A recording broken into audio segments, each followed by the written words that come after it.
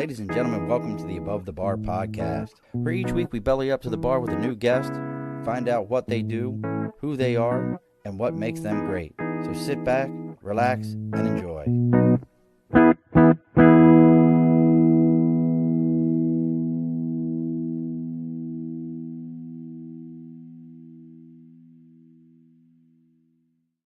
Alrighty, folks, welcome back to the Above the Bar podcast. It's your host, Sean. So if you find me having any technical difficulties today, I don't know why. I can't figure out why. My guests have been wonderful as I'm trying to figure it out. Normally, everybody else, I've got this down to a science, so I have no idea what's happened today, but we're bellying up. This is our first time, and is this our first? Yeah, this is our first show in January. So first show of 2026, so why not have something new, someone we've never had on? So we have our guest on today. I am so jacked up today, folks, from not having my sound be right. So we will figure it out and figure out what's going on. The worst part about it is it sounds perfectly fine in my headphones, but the minute I switch things, most of my audience folks know that technical difficulties is a way of life for me.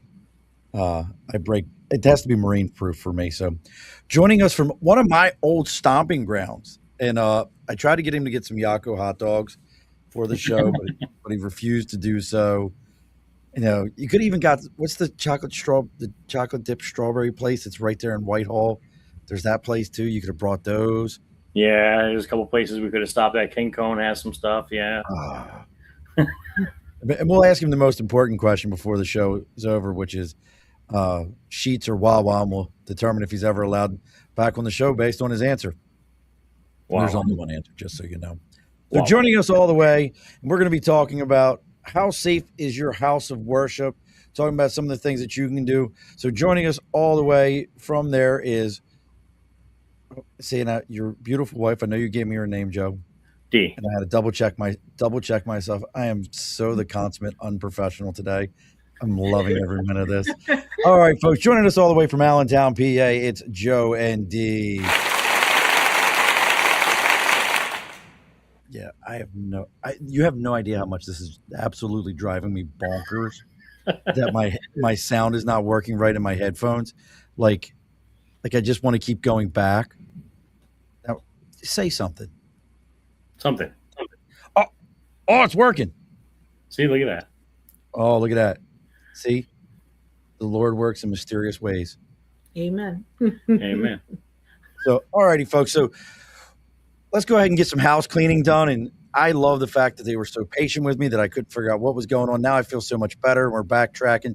So those of you that are just joining us here, everybody out on YouTube that's following along, make sure you're giving us like, share, follow, all those cliche things. I'm going to be sharing this on all my social media in a moment.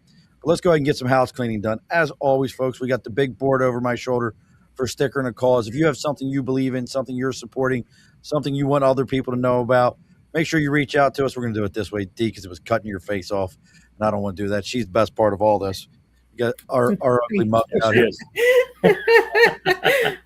So, but if you've got something that you're supporting, maybe you've got your own podcast, your own band, anything you're doing, make sure you reach out to us on Facebook, LinkedIn, YouTube, Twitter, Twitch, Instagram, TikTok, all those different locations. Let me know what you got going on. I'll give you our location. You can send me a sticker. We put it on the big board behind me. Everybody gets to know about what you have going on. Little free advertising for everybody. Oh, we're going to have, I forgot to tell you. So there is some simple rules, and I'm going to help out with one of them right now for you guys. So nothing is off topic. Everyone's welcome, and there only gets to be one asshole, and that's me. So wet feet, whatever your name is, go read your Bible, go get yourself educated, go figure some things out, come back to us. We'll be more than happy to educate you on these things. But that's one of the dumbest questions I've ever seen in my life. Not even going to May I ask what that question is? Oh, sure. Here it is. So his question, why, hey guys, genuine question. Why doesn't God kill Satan? If it would help us and he loves us, right? Does that make sense? No, it's a dumb question. Because you want to go for, listen, go ahead. I'm not touching that. So I'd have to repent after this. no, I'm not scared. Wet feet. Hey, tell me what congregation you go to, brother. I'd love to hear it. I'd love to hear your denomination, because you would know now that. Let's get He into it. sounds like a Catholic. He created everything. He put everything in place. Everything has its purpose. Everything has its place in life. So Amen. if you removed from life anything, because keep in mind, you have free will. If you're blaming every choice that you've ever made on one entity that can't be there in every place, he's not omnipotent. He's a single entity. If you're blaming every choice, everything that happens on that, answer it. I love it. I'm answering it. You sorry ass. Please don't be a tough guy on the keyboard. We don't know each other. We don't know how this works. It knows no silence whatsoever for me. If he removed that, it would not change your free will to make the choices you make. So Or ask that question. before you blame other people or other things on the things that are happening in the world, make sure that you understand that you've made those choices. Other people have made those choices. They like to blame other things, but you're the one making those choices. So there's no silence here. None whatsoever. And there it is. Yeah, mate, it was all the headphones at first. We didn't create anything. We haven't created a single thing. Understand that those things were created around us, and we were given the free will to create. But every idea came from somewhere else. This wasn't intended to be a theology class. I'm happy to give one. But so let's get into all this. So as always, folks, if you have questions, you have things, I'm more than happy to answer anybody's questions. You listen, brother. That's a great question. If you do everything right in life, you'll get an opportunity to ask that question, and that question will get answered for you. But you have to understand that if you read the Old Testament, all that's already been there. He sent the whole group of people. All set up. He opened up the ground at one point in time and dropped a whole group of them in there because they wouldn't listen to Moses. So, I mean that goes back Old Testament. That ain't even New Testament stuff. You weren't being disrespectful, but I don't think it's disrespectful at all. You were asking questions that I wasn't planning on answering. I was actually going to answer questions about, is your house of worship safe? You ain't. Didn't it? Actually, I think man created that, because remember, man created those spaces. It was created long before us. So let's get into this. So try to take me off track. It doesn't work. I've been doing this for too damn long. So as always, folks, make sure you're giving everything a like, share, follow. Ask as many questions as you want to. I don't mind any of them. Here's what we're going to do, though. As always, folks, as we go through this, if you have questions, drop them in. I'm going to share this around so all the world can see what's going on here. I'm a little bit, where's my other buttons at? So not having my headphones working had me all jacked up. So here's what we're going to go with first and foremost, folks. I have one simple question for you guys. So tell me a little bit about how you actually even got into this space. I was looking into it. So you have, like, if I'm seeing it right, you have multiple companies. It's not just this particular one. You have about three different companies, and they're all focused on this same singular space of training people, getting them oriented in how to protect. I mean, I wouldn't even say just protect houses of worship, but really day to day going about training and safety, self-defense, firearms. You do a little bit of everything, dealing with any kind of domestic issues. But how did you even get into this space? So in 2000, I think it was 2010, I started helping people learn how to shoot. A lot of people were, they know that I was a shooter, and they would just come up to me and say, hey, can you teach me? I was like, yeah. So I did that for a while. And then I realized that, there was a stronger need for it in the Lehigh Valley. So in 2017, I opened up gunpowder and lead firearms training, and did fairly well in the beginning. And in 2020 hit, and we got slammed. Was actually reaching out, trying to hire people. I had other instructors come up and train with me, and well, I wound up playing by myself again until I met D.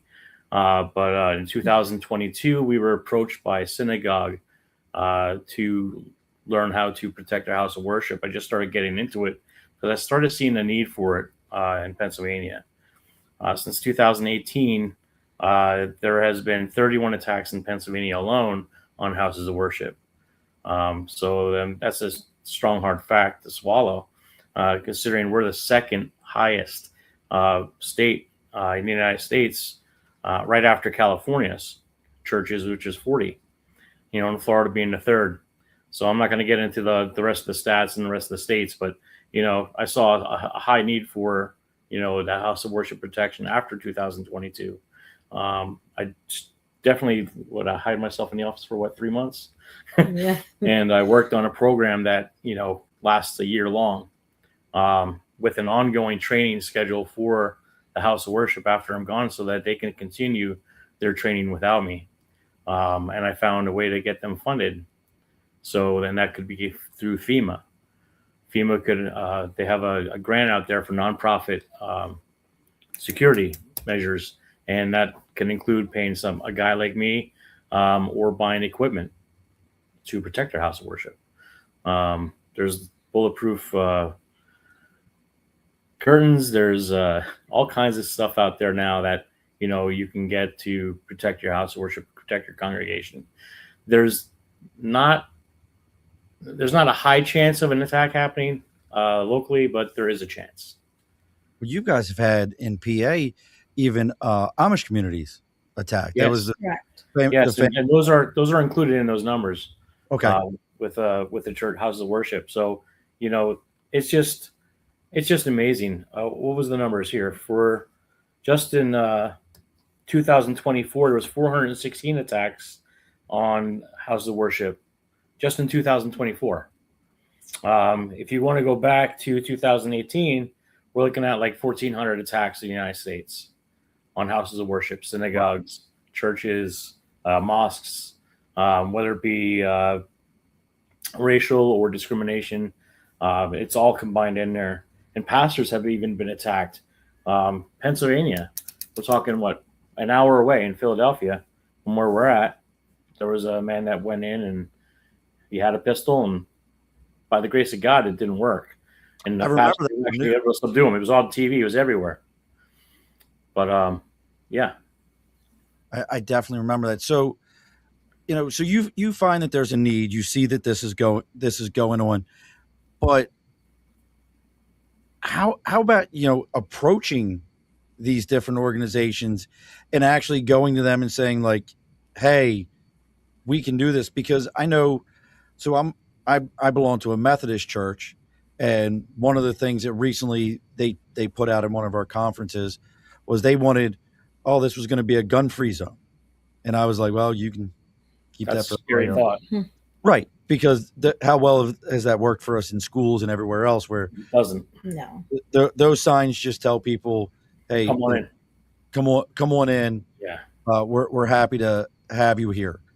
I hate to say it, but your congregation at that Methodist church, probably already 10% of them are carrying concealed already. So why not get the correct training so that there's no mistaking on who is who in the house of worship and who is not supposed to be there. And I absolutely agree with it, because it's an interesting numbers when you hear that. But so how do you approach some of these places? I mean, because let's be honest, your churches, and I hate to say less than synagogues because it's nothing against synagogues, but we have a history globally of them being attacked in situations there. But typically, especially in the North, not so much in the South, I'd love to see the numbers, but we have a history of those being pacifist places that we don't have issues at. So how do you even approach somewhere like that to say, hey, we really want to talk to you about training your staff, whether it be firearms training or whatever the case may be? So we do like an emergency management training. So that encompasses everything from domestic issues to fires in the house. Like, let's say that There's a fire in the church. How to react, how to keep organized, how to maintain. Okay, we have everyone out of the building. Is everyone accounted for? Like, a lot of people don't think about that, and that's where a lot of the dangers happen. What I have done in the past is I've actually approached our church, and I offered our services for free. So we trained our house of worship, and we also gifted another house of worship in the Lehigh Valley the training as well. And word of mouth is getting out, and we're getting phone calls. So, I'm not really reaching out to people. I'm waiting for people to reach out to us. I mean, I do advertise. I do post out some things. I do send out letters. But, I'm not making them do anything. A lot of places are resistant to the training because they think it's only about the gun, but it's not. That's only a part of it. Is it a part of it? Yes, but it's not the part of it. Well, what if they didn't want that part at all? They don't have to take it. See, Go ahead, Dee. We have encountered recently. We had a place of worship that part of the members, they want the training, but the leadership, they said, we don't need that here. It's because they have that mentality that it's never going to happen here. And they just like that happened over there, and nothing is gonna. So it's that mentality that still that nothing is gonna happen. And of course, we don't want anything to happen. But we have to be prepared. It's like, car insurance. You buy a car, you need to get car insurance. You hope you don't have an accident and you don't need it. And I always use the fire extinguisher. For me, it's always the fire extinguisher. But the concept, Yeah, why do you have a fire extinguisher in your car or under the sink in any of these places? It's not because you're like it's not because you're like, man, I can't wait for this fire so I can show you how good I am with a fire extinguisher. It's because, heaven forbid, knock on wood, when it happens, you've got what you need to address it. So we don't only teaches, it's all about the fire. No, it's not just about that. It's about fire. It's about anything that could happen that can activate a response for emergencies. Respond for an emergency. It's not just a firearm. It's not just about the gun. It's the first aid. If somebody have an emergency, a medical emergency, how are we going to respond?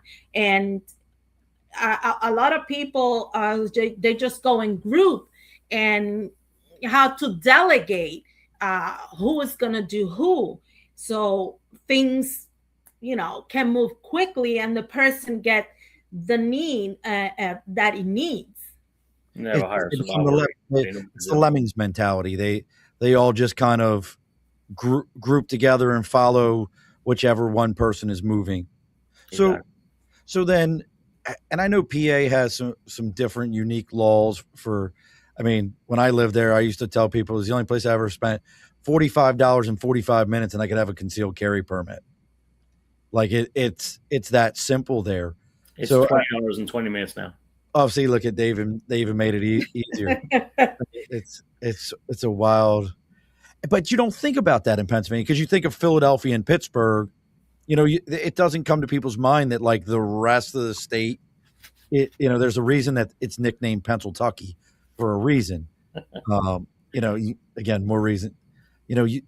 How many times you heard the term coal cracker? How many people that's one of my favorite Pennsylvania terms. That's a great. People have when I tell them like, oh, you're a coal cracker, they're like, I don't know what that is. You're not really from PA. Yeah, they moved in from another state.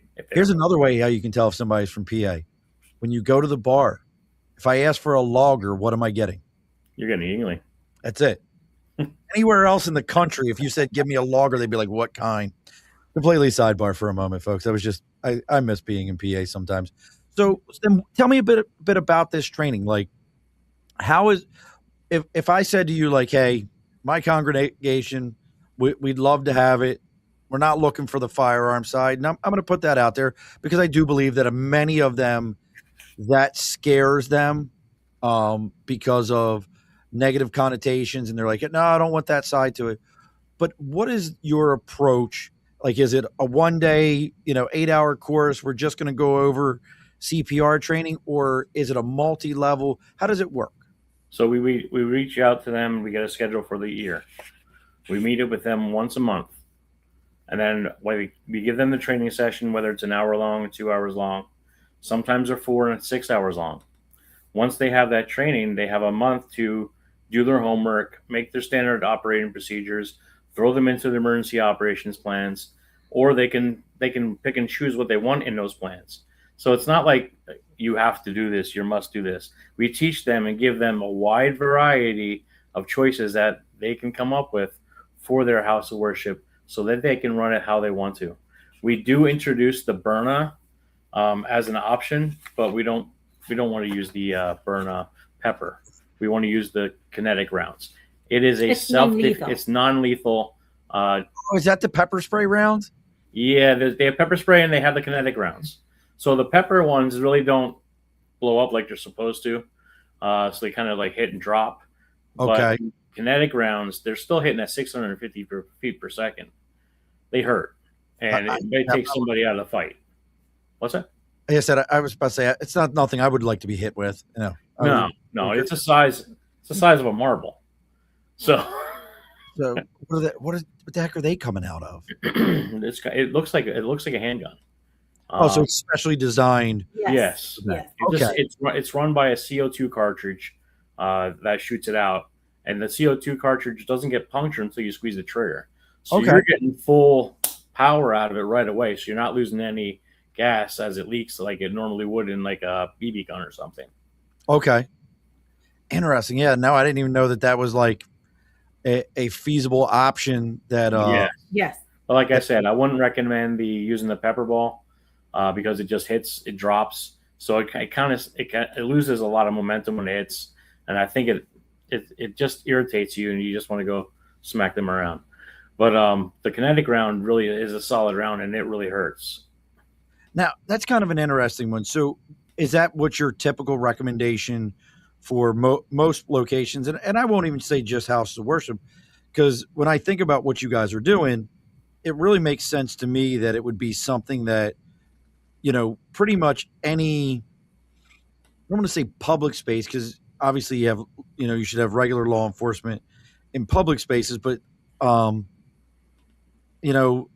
like a daycare center or any of those kind of places, it makes perfect sense to have those there to protect our children. Yes, absolutely. It's an interesting approach because what the heck was that? Sorry about that. Did you step on a dog?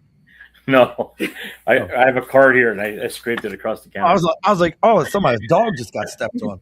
No, we have one now. But no, I was just thinking about, how you were putting that out there, that really to me sounds like the type of thing that really should be in most locations. Do you have a version? Well, let's ask this question because I didn't get to put your banner up yet. If somebody wanted to get a hold of you, what's the best way to get a hold of you guys? They can look us up on our website, or they can call us. What's the website that they should go to? LegalCCW.com. Legal. It's the shortest version I have. So legal CC, like concealed carry? Yeah, LegalCCW.com. Or they can go to houseofworshipsolutions.com. So good. So I can put that back up there.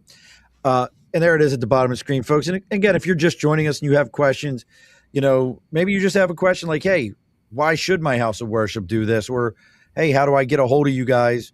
What are some of the entanglements that people should be concerned with? How about, do you have and we'll get into, your EDC here in a minute, but do you have something that you feel like, hey,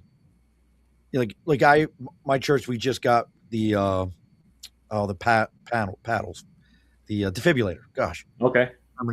So we have that training.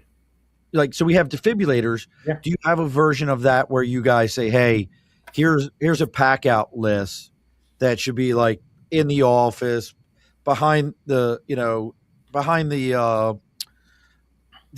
gosh, the altar. Anywhere in the building, somewhere. Like, what are your thoughts on those kind of things? So, we actually help you build those according to your size of your congregation.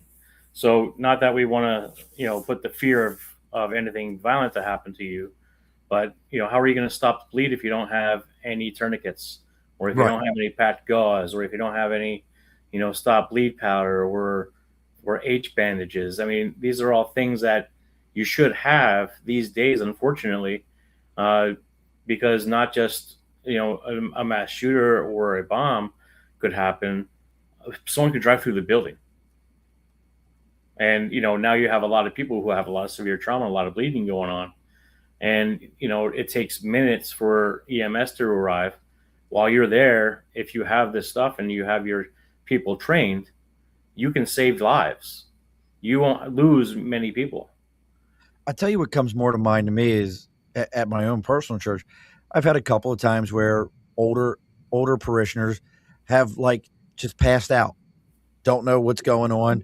And really there was nothing, like I keep stuff in my vehicle, but there was nothing other than like the white plasticky. Yeah, the feel good comfort first aid kit.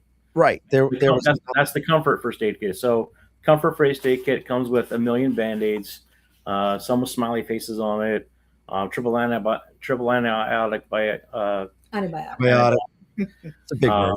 Burn cream, and some other things that are not necessary. There's some aspirin in there, right, or pain relief. But that doesn't help you in a situation where somebody fell on the concrete and their head is split wide open. Right. It doesn't help if it just makes no sense to have something there that's not going to help anybody. I had that experience happen. I was at a service and a lady fell and hit her head and cracked it open. Oh wow! And I ran to get the first aid kit, and when I opened it, it was a huge surprise. Nothing that was there was helpful to help the lady. She was bleeding. Right. Now, is that how you got into this, Dee? You kind of had that first initial experience and you were like, there's a problem here. Yes. And then after that, I went to the pastor and I talked with the elders and said, we need to fix this. We need to get the proper materials and things that we need in case of this situation ever happens again. We had another person that suffered a heart attack, and there was a lot of people that they froze. Now, and they didn't know what to do. So this is when training comes handy. What was that? I'm trying to get back to something here. So now for yourselves, what's it? What we got here? House. Oh yeah, I'll throw that one up there too. So what I was going to say is, so for yourselves and all this, I guess in my mind, the firearm stuff really, it's more of like it's a highlighted item because it's such a polarizing topic. But the reality of it is, it really has little to nothing to do with what we're talking about here. Correct. Like really, what we're talking about, because I know, like I said, it's a portion of it. It's not right. Not the major. It's not the major concern, but it is a concern. Right. I mean, it makes sense to me.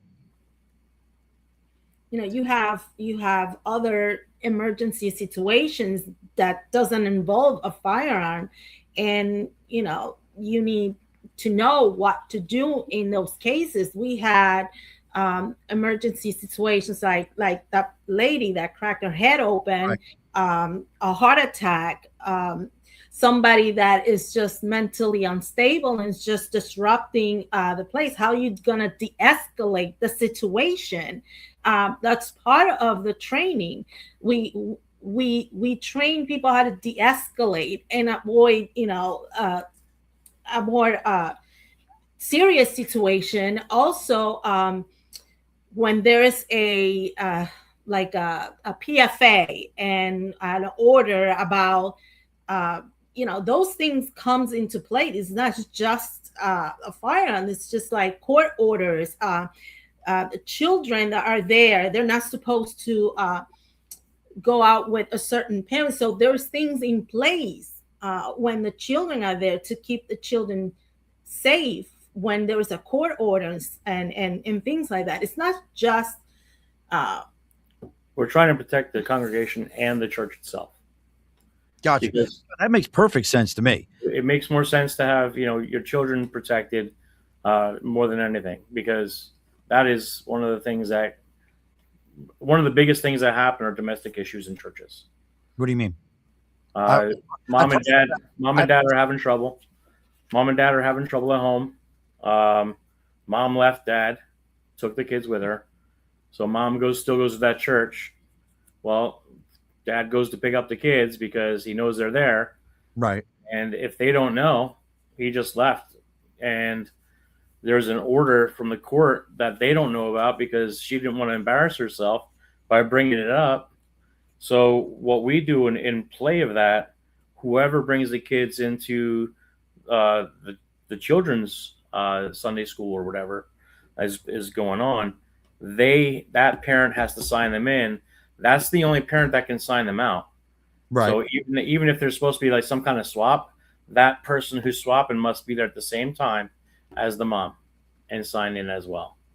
So it's to help prevent the wrong parent picking up the child at that time, or a non-parent picking up the child. It could be a friend who could be wanting to kidnap your child.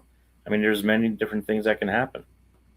So I guess it's interesting you say this, because I was just thinking about it. Is this more like this type of structure that we're talking about here?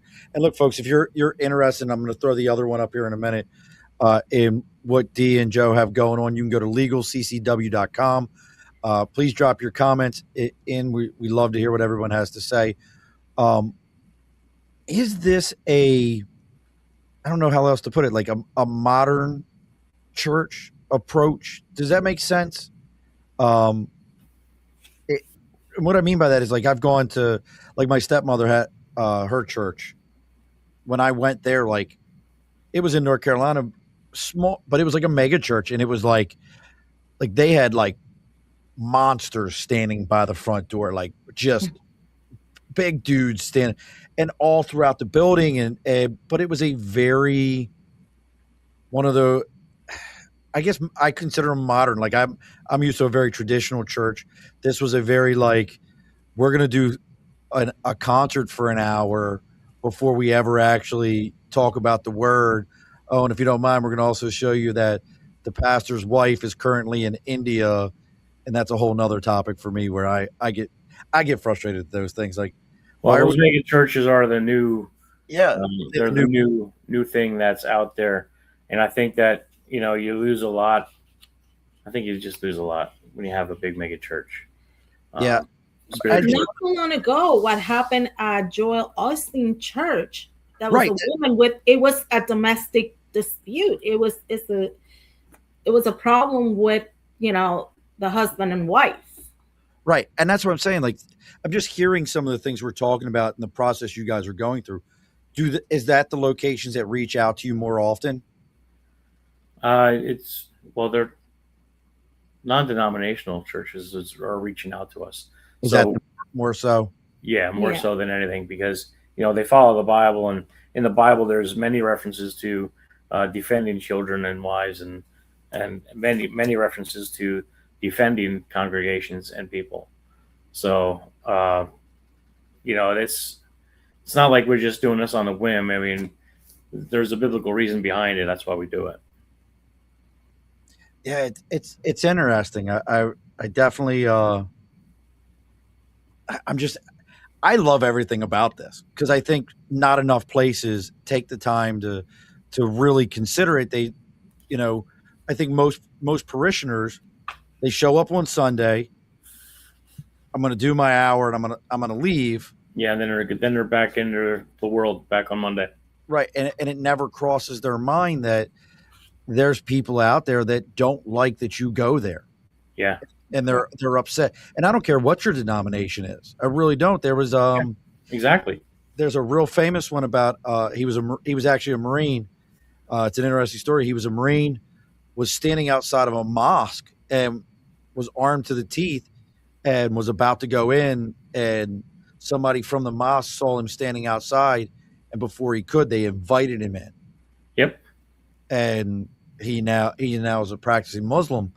But it was this whole entire mindset that all he could see was, these are people from a place where my friends died, and I need to deal with you because now you're where I am. Yeah. That's the de-escalation of the situation, comes, about. And it sounds to me that they were successful at it.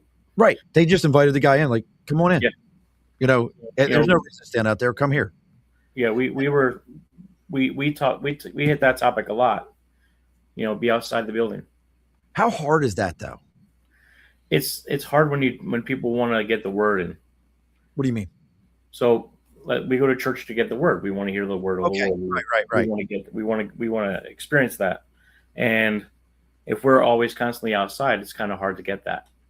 Gotcha. So that's why it's hard, and people lose focus when they're outside because they see a squirrel. They don't see a dog. Squirrel. Yeah. And it's the reality of it. I mean, if you have a good team, you can rotate into that, and you wouldn't even look like you have a team. If we teach techniques that make it seem like it's just random people being outside, just their heads in and out kind of thing. Yeah. So, it's not exactly a rocket science, but if you don't know what to look for or know what to do, that can be the chance of you making it or not. Right. I mean, I think some of us, we want to be welcome. So what are some of the things that you teach and I think this is the biggest problem, is most people aren't observant of their world around them. They're just kind of like we just said, squirrel, and they're off like, they're going like, pastor didn't shine his shoes today.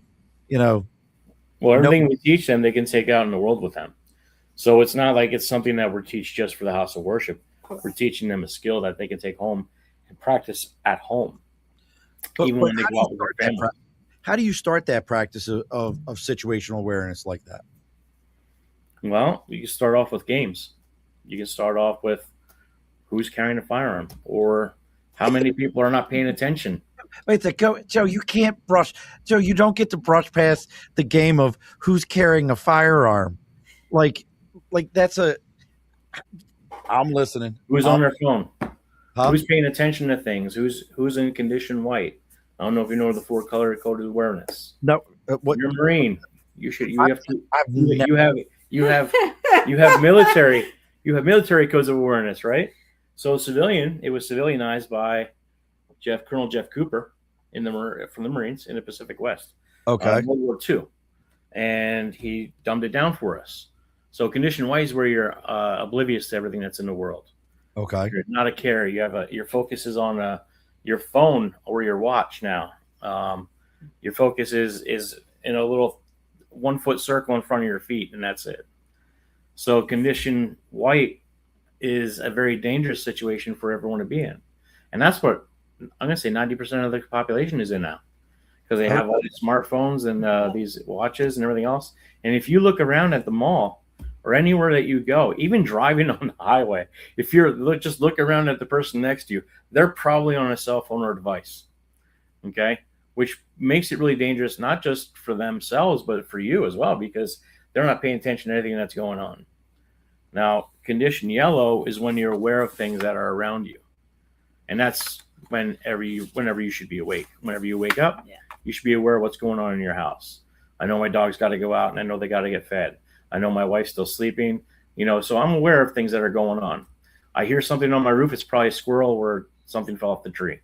So, we're aware of things that's going on. We're not paranoid. There's no reason to be. That's white and that's yellow. So here we get into a spot where it's like a little like, okay, something's happening. And that's where we get into condition orange. Condition orange is a state of awareness. Like, this could be something. And when you feel that feeling, trust it and follow through with it. Don't just trust it and be like, oh, okay, I'm good. I know something's happening. Find out what's happening or change directions. And then there's red. This is a plan of action. Like, now you have to take action. Now you got to either run or fight. Things and it's all a matter of time.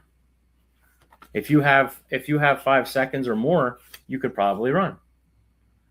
But if you have 3 seconds or less, you need to react. And you better be that third monkey trying to get on the ark in a training.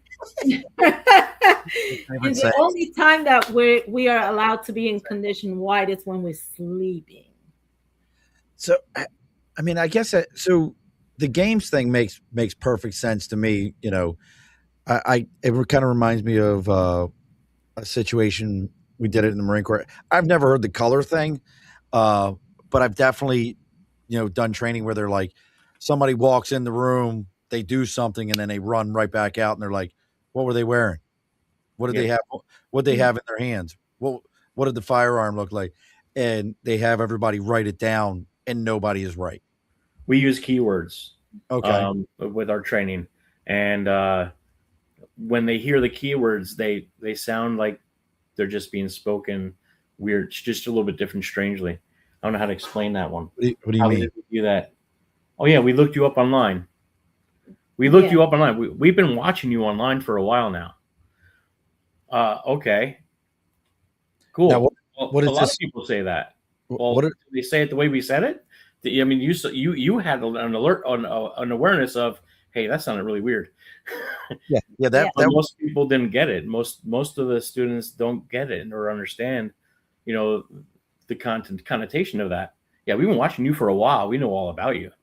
So that should raise your eyebrows all the time. As you're saying that makes me so uncomfortable.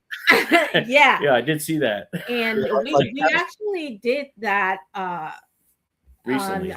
recently in one of our the churches that we train, and I was like, I was the person, the bat person, playing the bat guy. I don't believe you, D. I can't see.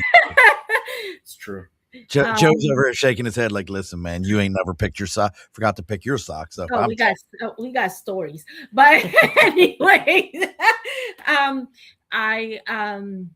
was playing the bat person, and I was telling them, and they were like, so like, oh, this is normal, and I'm like, really? They couldn't pick up on that? No, they couldn't pick up. They couldn't, and then all of a sudden they turned their backs on me.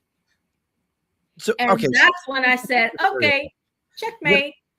You got to set this scenario up for me, because, like, do they know that you're a player in this scenario, or do they just like they have no idea who that person is? No idea. Oh, okay. So that makes a little more sense to me now, because I'm wondering, like so I have a stack of little cards that everyone picks, and the person who has the aggressor has to come find me and talk to me in secret. And then I tell them what they need to do. I'm the only one that knows what's going on. All right. As long as that, as well as the other person. So, then we do the scenario later on while it's out of their memory of who went where and what's going on. So nobody knows who the bad person is. When we get back into the room to do it, it's all set. It's all ready to go. D might be a first-time guest at the church. Or I may be the first-time guest, or the person that we picked as the aggressor might be the first-time guest. And, they have to act a certain way. They have to act like they're normal or just going to church. They're not going to be a little weird. But, yeah, they have to greet a new person at the church at the doorway and spot who the bad person could be. Interesting. But there's one thing that it's been a thing in this scenarios that happened in real life. Most of the people that they go into these houses of worship to commit, whatever crimes that they want to commit, and all the shootings are people that have been already, that their family members go there, they've been there sometimes. So it's been one of the common denominator is they've been visiting common already. Yeah. Interesting. So, all right, because let me do my next. I got to do this real quick. This is absolutely fascinating to me. Real quick here, folks. You're starting off 2026 something worth pouring. New Year's, new goals, same truth. Good whiskey matters. Start 2026 off right with New Scotland Spirits, handcrafted in small batches right here in upstate New York. It's bold, it's smooth, and it's made from local grains with zero shortcuts. Whether you're setting resolutions, breaking them, or just enjoying the moment, this is the bottle you reach out for when you want something real. Find your next favorite pour at newscotlandspirits.com. New Scotland Spirits, here's to pouring with purpose in 2026. All right, got that out of the way. Sorry. No problem. We're praying for you on that. So this is so I thought, so let's go through this. This is two parts. D, what is your EDC? What's D's EDC? What's the what? Your everyday carry. Your everyday carry. What is D keeping on her? I am a weird lady, because most of the ladies out there, they want something compact. I actually do a full size. Okay. So Your echelon. Huh? Your echelon. My echelon. Springfield echelon. Oh, you carry Springfield echelon. I was like, it's echelon. It's like a Cadillac. Yeah, I like Springfields, huh? Okay. Yes. And like everything Springfield to me nowadays is in a khaki color. Is it khaki colored? No, it's black. Okay. It's only in black. I feel like everything Springfield does now is like in that. I think you're getting on the tan van. Yeah. That's everything. Anything else? You want a list of all of them? Well, I'm just curious because like I carry. I do have a 10 millimeter. What do you? I got the Glock 20 myself. That's what she has. Have you ever put any folks? We've making a left turn. We'll talk about the other stuff in a minute. This is more fun to me. But have you ever shot any plus P out of it? No. I would. You want to talk about? You will see what that thing can really handle. Go get you some. What is it? Buffalo bore ammo. Okay. It's plus P ammo. I right up the road. Go past Dietrich's. Make sure you pick me up some Lebanon bologna when you go past Dietrich's. Okay. Love Dietrich's. I've got my wife hooked on Dietrich's. When you're way to Cabela's out there in Hamburg, I still remember when that was a field. Let me tell you that. Yeah, me too. I remember that was a field, but they carry the Buffalo bore. It's plus P ammo. You will see that slide come back on that thing like it's got a purpose. It is a like you shoot the 10 millimeter now and you can feel it. When you shoot the plus P ammo, that sucker comes back and it hits, like you can feel it hitting on the back of your hand. Like a punch. Yeah. It's a different animal completely. So, okay. So but you're every day we're carrying an Echelon 9 millimeter, isn't it? The Echelon? Yeah. So Echelon 9 millimeter, we carrying a knife. What are we doing here? Yeah, she does carry a knife. I do.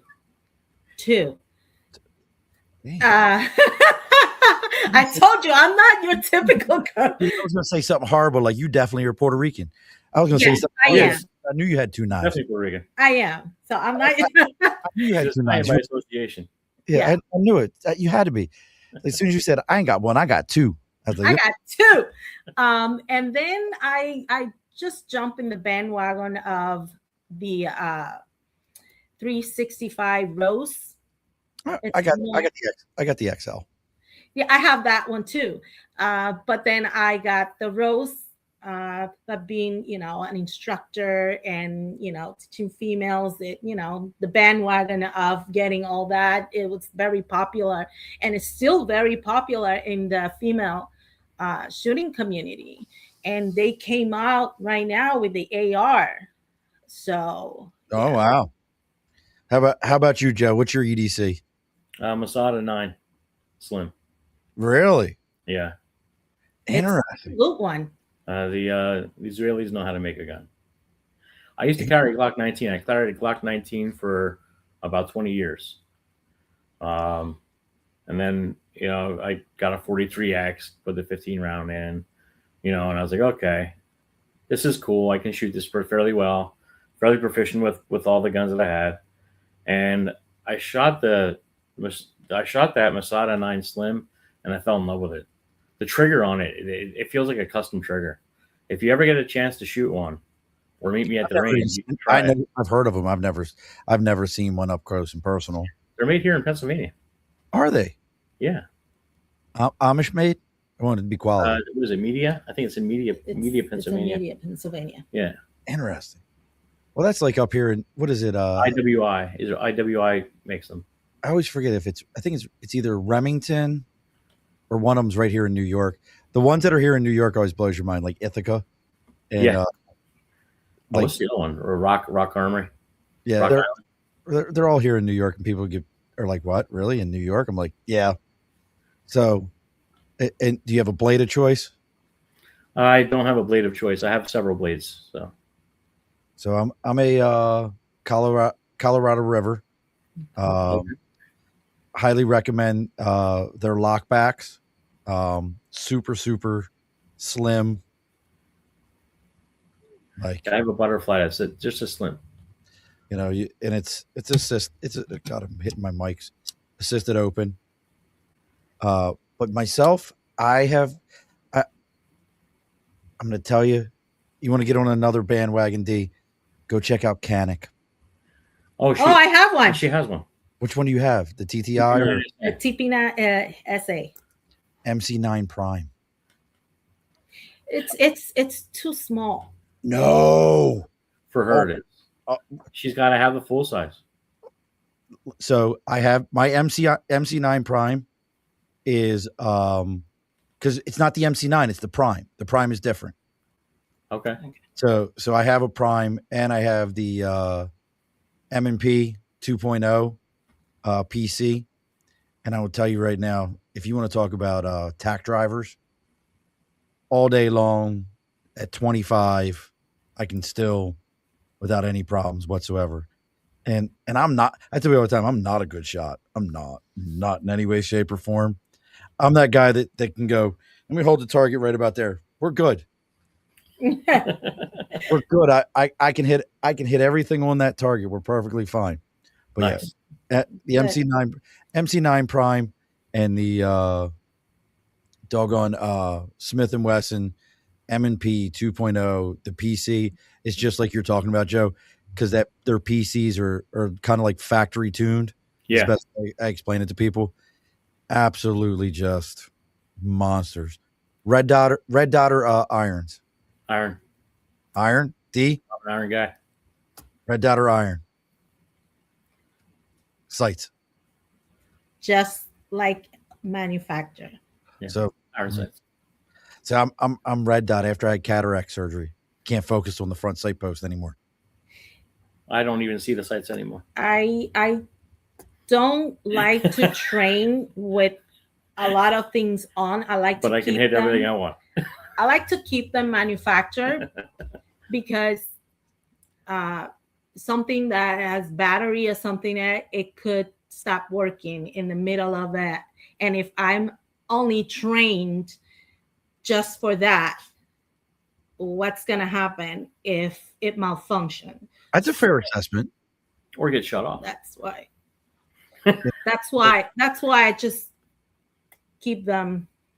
Listen, that's absolutely a fair assessment. Like, what if they go down? What if they're not working? Any of those kind of things. And I even tell people, listen, some of the sites out there now are more than the firearms. Yeah. Yeah. Trigicon wants like almost $700 for a basic sight to put on something. It's like that's more than what you're shooting. So as we're bringing things to a close here, folks, again, if you want to get a hold of Joe and D, and I'm over here failing Joe here because I forgot to put his other site up. I'm over here failing him. I was enjoying the conversation way too much. I'm that guy that can sit and talk about this stuff. I have to introduce you to a friend of mine. Remind me, Joe, when this is all over, to introduce you to a friend of mine who's right down in PA, who has all the FFL stuff and used to run a training program for the state police right there. Nice. And he's right in Lansdale. Oh, he's not far. Oh no, not in any way, shape, or form from you. So if somebody wanted to get a hold of you, or maybe they didn't want to do like house of worship training, anything like that, you run any kind of personal training, people can just reach out to you? Yeah, we do. We do private training. We do classes. In fact, I'm waiting for an answer from Easton Fish and Game as we speak. They said the dates were fine. They're just waiting for approval after the meeting, which is, I think, next week. That I'll be teaching there as well. I teach in Hamburg, right outside of Cabela's. There's a range there called, oh my gosh, the Game Associates in there. I have so many ranges in my head right now. Perry Township. Perry Township Game Associates. Okay. Really beautiful range down there. That's good for the fundamentals courses because you can't do a lot of action there. Easton Fish and Game is designed for action and movement. So that's perfect for our defense courses. And we can, what's that? The Blue Mountain. Oh yeah. And Blue Mountain, if you're a member up at Blue Mountain in Lehigh Township, we train there as well. So and how about travel? You guys travel outside of the Lehigh Valley area? Somebody. Yeah, we go. We also teach Maryland wear and carry. So we teach in Maryland, Henderson, Maryland. There's a outdoor place there. What's that? The People's Republic of Maryland. Yes. I grew up in Dundalk, man, right there in Baltimore. It takes 25 rounds to qualify for your CCW. Yeah. Well, I can tell you right now, when my dad had his, you couldn't even get a CCW unless you carried $10,000 or more on you at any given time, because you had to be able to prove that you had a life-threatening situation. Yes. What it is now, but that's what it was when I was a kid growing up. Yeah. So now, they require a 16-hour course, 2 8-hour days. One is all classroom. The second day is classroom and range time. So, and then they require renewal every couple of years. So yeah, we have both those classes available on our website. New York's about the same 2-day course, and then every 5 years you have to go in and renew on the state police website. You go in and let them know you're still alive, and they're like, yeah, Hominis Dominus. Well, they still want you to to shoot and requalify again. Oh, really? Yeah, in Maryland. So you have to take the shooting portion as well. Interesting. Talk about a money grab. All right, so here's the most important question before we have two things coming up. This is the most important question of tonight before we get into giving you the final word. Sheets or Wawa? Wawa. You can come back on the show. Thank you, brother. Sheets is invading everywhere, but we still go to Wawa. Wawa. Yeah. If you'd have said Sheets, I wouldn't have let you back on the show. Buc-ee's is moving. You don't have, I like to think the closest one's like Virginia, though. They're opening one in Virginia. Yeah. Close to her nephew's house, so she's excited about that. I'm excited. Have you been? I love Buc-ee's. Oh, it is that is. I don't even know how to describe that to people if you've never. It's above the bar of Wawa. It's.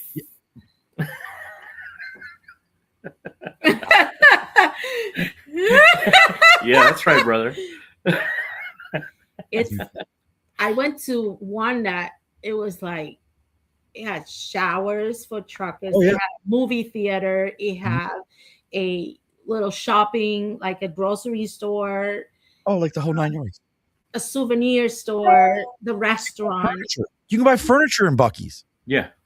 Yeah.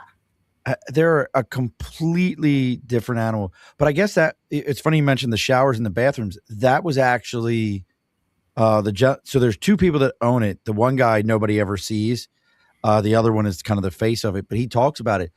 That's how they started and then built from there was we're going to provide truckers with absolutely beautiful bathrooms, super clean, Oh yeah. well maintained, and then we'll just grow the place from there.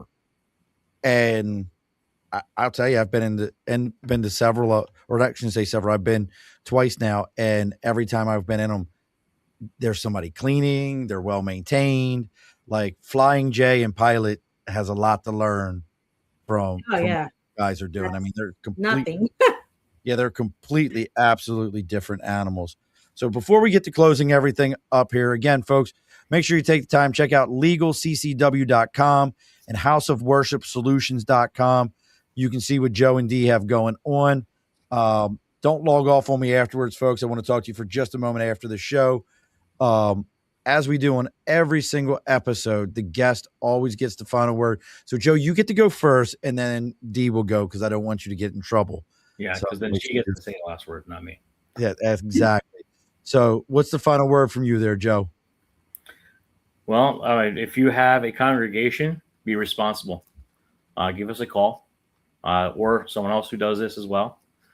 Get the training that's necessary for your congregation. They're the ones that are going to be providing for you down the road. If you have a covenant relationship with them, it's your duty to protect them as well.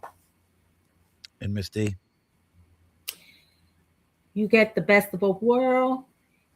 USCCA certified, NRA certified here. And the slogan that I come up with is evil does not announce itself. It forces its way in. Alrighty, folks, be sure to push your stool in. This has been a Second Front podcast presentation found on Apple, Spotify, and wherever podcasts can be found.